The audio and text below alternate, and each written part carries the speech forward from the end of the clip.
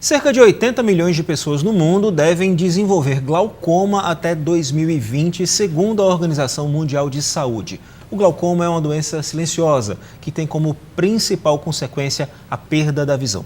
Aqui comigo no estúdio, a médica oftalmologista Elvira Ribeiro, que vai nos dar mais informações sobre o glaucoma. Doutora, seja muito bem-vinda ao nosso programa. Vamos começar explicando o que é especificamente o glaucoma, por que ele é chamado de o ladrão silencioso da visão? Tá, obrigada por esse espaço, né? Eu que agradeço a vinda aqui na TV Educativa. E o que eu puder responder, o glaucoma, ele é um quadro em que há uma lesão do nervo óptico. E com isso, a perda de camada de fibras nervosas e, consequentemente, perda da visão. É um quadro silencioso porque a maioria dos pacientes tem glaucoma crônico e não agudo. E o paciente vai perdendo a visão aos pouquinhos, de uma forma que ele não percebe, porque o glaucoma ele não dá sintomas. Quem dá o diagnóstico de glaucoma é o médico, quando ele mede a pressão intraocular do paciente está elevada. É um dos sinais, né? Então não tem sintoma, o olho não dói? Não dói, não dói. Existem alguns sinais que o médico, o oftalmologista, percebe e vai investigar se o paciente realmente é um portador de glaucoma, se o paciente ele tem que ser acompanhado. Existem alguns sinais. Existe também, por exemplo, o paciente ele tem uma história familiar de glaucoma.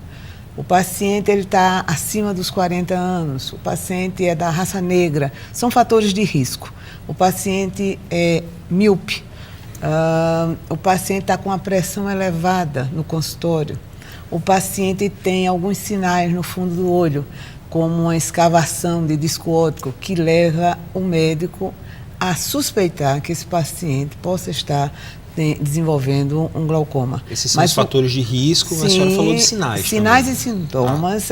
Sintomas não, né? Porque o paciente ele não apresenta sintomas, ele apresenta sinais.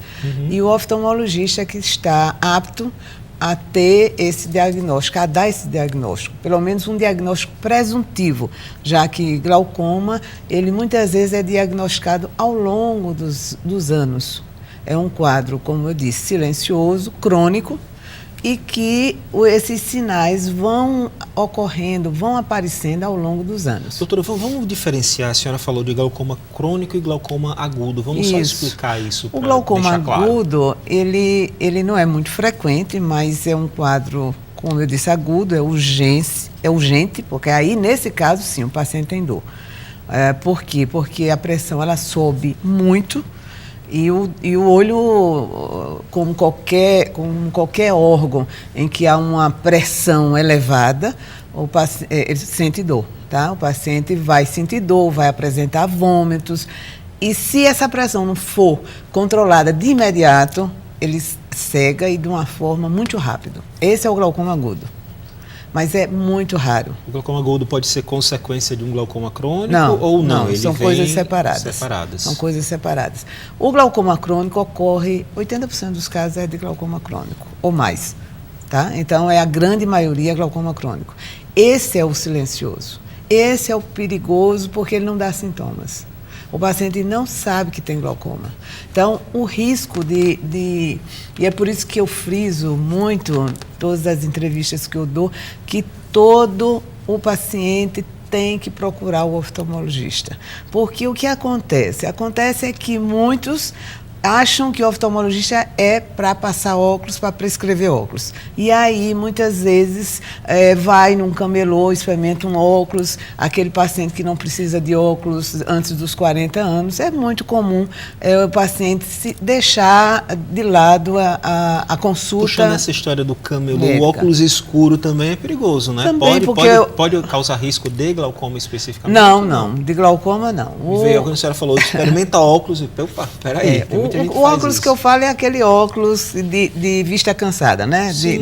Que o paciente depois óculos de farmácia, né? Isso, exatamente. Então o paciente muitas vezes não vai ao médico, fica com aquele óculosinho e passa uma vida sem procurar um oftalmologista.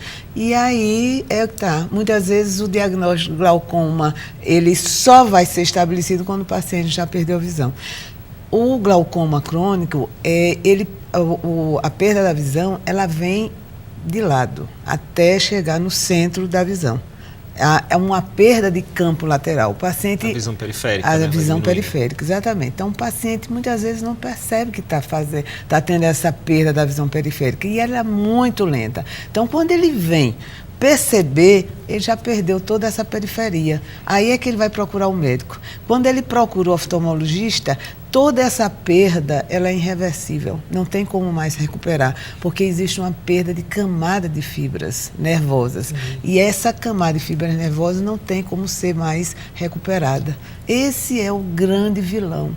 O glaucoma é silencioso na grande maioria dos pacientes. E ele não tem cura, né? Ele pode não ser tem cura. Controlado. Exato, ele pode ser controlado com colírios, né?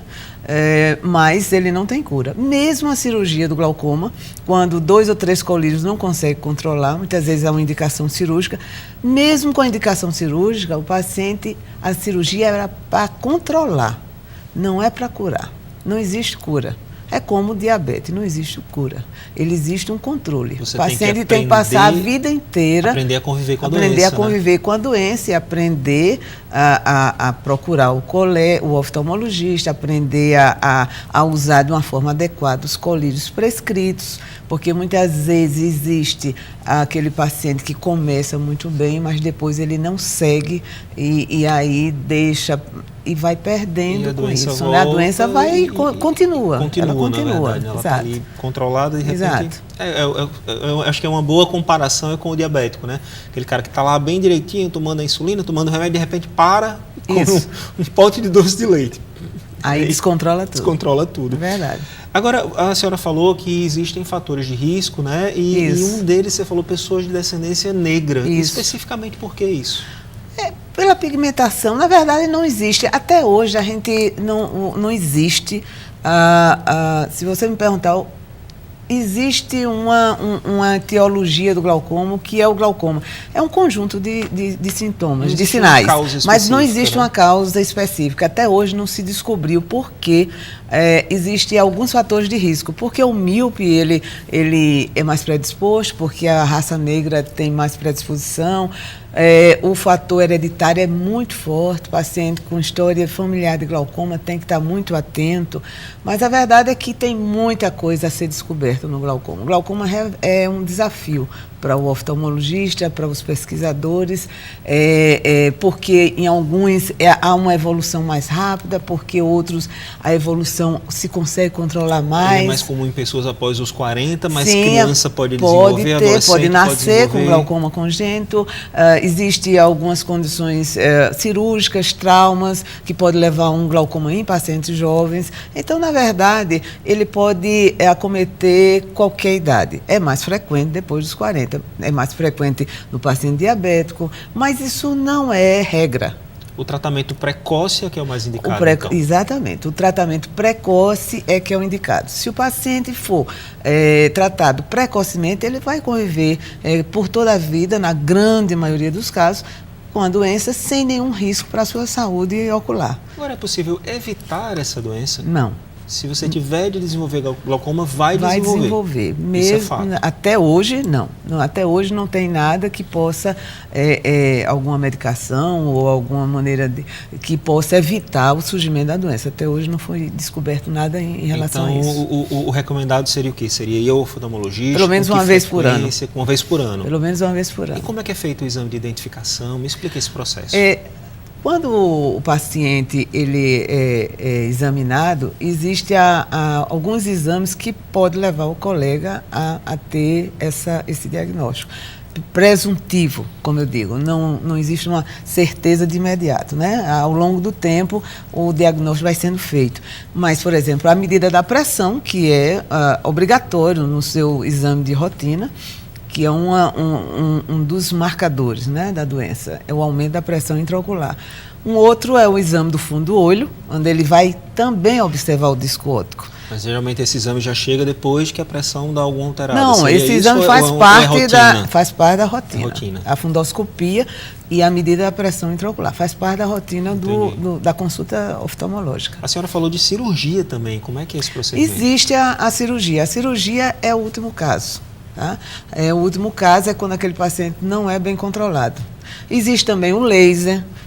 Existe o laser que poderá ser feito antes da cirurgia, de uma maneira para conseguir controlar esse glaucoma. Se não conseguir, então existem procedimentos mais invasivos. O mais invasivo de todos é a cirurgia. Entendi. Porque, de qualquer maneira, é um risco cirúrgico, né? E o paciente, muitas vezes, nem sempre aquela cirurgia tem sucesso. Às vezes, o paciente ele é operado 2, 3 vezes para que haja o controle da pressão intraocular. Mas, no fim das contas, então, o que se espera é que se tente prevenir, na verdade. Sim, né? a prevenção não ser pego de surpresa. Seria esse o conselho que a gente poderia dar para quem nos assiste agora nesse finalzinho do papo nosso. Exatamente. É o controle através da consulta oftalmológica. Ok, então, doutora Elvira, muitíssimo obrigado pela sua presença aqui no nosso programa. Isabel. E seja sempre muito bem-vinda. Tá, muito obrigada. Bom, e agora vamos falar sobre arte. Por Trás do Véu é o título da primeira exposição da arquiteta Patrícia Melro. Os repórteres Fabrício Cambuim e Samuel Limeira mostram um pouquinho do que a gente vai encontrar na mostra, que fica em cartaz até o final de junho, na Galeria Gama.